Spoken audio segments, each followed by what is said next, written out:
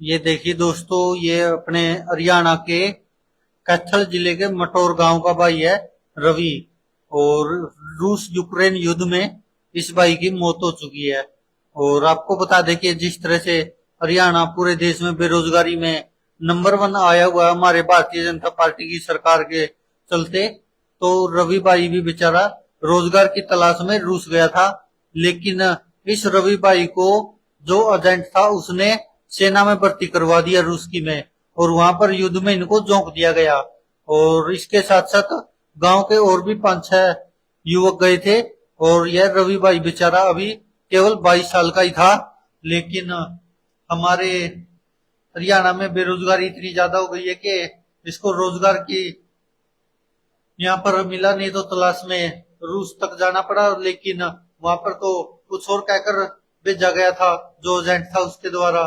लेकिन इस रवि भाई को वहां पर सेना में भर्ती करा दिया गया रूस की सेना में, और इनको लड़ने के लिए युद्ध में उतार दिया, जहां पर इस भाई की मौत हो चुकी है। और अब काफी 5 महीनों बाद पता चल रहा है कि 5 ही महीने हुए शायद गए को, जनवरी 2024 में गया था यह भाई। और अभी इसकी मौत की खबर आ गई है, परिवार बहुत ज्यादा सदमे में है। और कैथल के मटोर गांव का यह भाई है रवि रवि मोहन।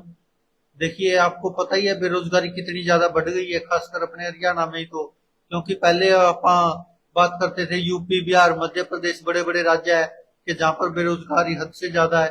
लेकिन अब अपने हरियाणा भी पीछे नहीं है। हरियाणा पूरे देश में पहले नंबर पर है, 67% बेरोजगार है। याद होगा ना आपको, रिपोर्ट आई थी। और उसी का नतीजा के ये ऐसे भाई बेचारे रोजगार की तलाश में जाते हैं इधर उधर। और देखिए, ये रवि भाई ये बेचारे जो अब इस दुनिया में नहीं रहे हैं। और अब परिवार प्रधानमंत्री नरेंद्र मोदी से भी गुहार लगा रहा है कि कम से कम जो शव है उसको तो भारत में मंगवा लिया जाए। हालांकि अब देखना होगा कि कब तक आ पाता है। लेकिन यह बहुत ही दुखद खबर है। और जिस तरह से बेरोजगारी बढ़ती जा रही है, सरकार को थोड़ा बहुत सोचना चाहिए हमारे देश के युवाओं के बारे में। क्योंकि आप सोचकर देखिए कि यही रवि भाई बेचारा अगर देश के लिए अपने के लिए शहीद हुआ होता तो अलग फीलिंग होती। लेकिन देखिए, रोजगार की तलाश में रूस गया था, लेकिन एजेंट ने इसको वहां पर जो रूस की सेना उसमें भर्ती करवा दिया। और बताया जा रहा है कि जो रवि के भाई है अजय, उन्होंने बताया कि ये शायद 6 मार्च को इनको युद्ध में उतार दिया था। और फिर शायद कुछ ही दिन तक बात हुई थी, और उसके बाद फिर ये कोई बात नहीं हुई, तब से लापता चल रहा था।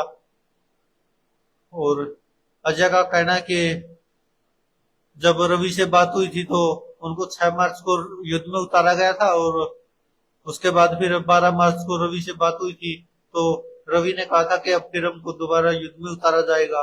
और उसके बाद फिर दोबारा रवि से बात नहीं हो पाई परिवार की। और अब खबर आ रही है कि रवि इस दुनिया में भी नहीं है। हालांकि रवि के जो पासपोर्ट नंबर था उसका सबूत पेश करते हुए दूतावास ने उनकी मौत को कन्फर्म कर दिया है। अब डीएनए टेस्ट से शव की पहचान होगी।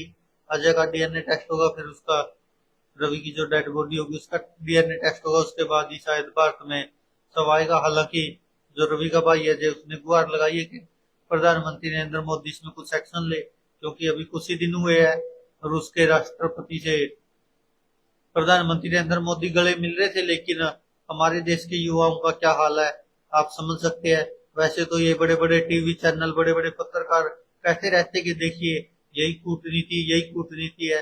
लेकिन इस कूटनीति में हमारे देश का क्या हाल हो रहा है वो आप समझ सकते हैं, किस तरह का डंका बज रहा है। क्योंकि आप सोचकर देखिए, अगर रूस जैसा देश जो कि भारत का काफी अच्छा दोस्त रहा बहुत पुराने समय से, आज से नहीं, जब तक तो शायद प्रधानमंत्री नरेंद्र मोदी राजनीति में भी नहीं होंगे उससे पहले से ही भारत का काफी अच्छा दोस्त रहा। लेकिन अब देखिए हमारे देश के युवाओं के साथ वही रूस क्या कर रहा है। और वहां के एजेंटों ने कैसे इनको बहला फुसला कर यहाँ से ले जाते हैं।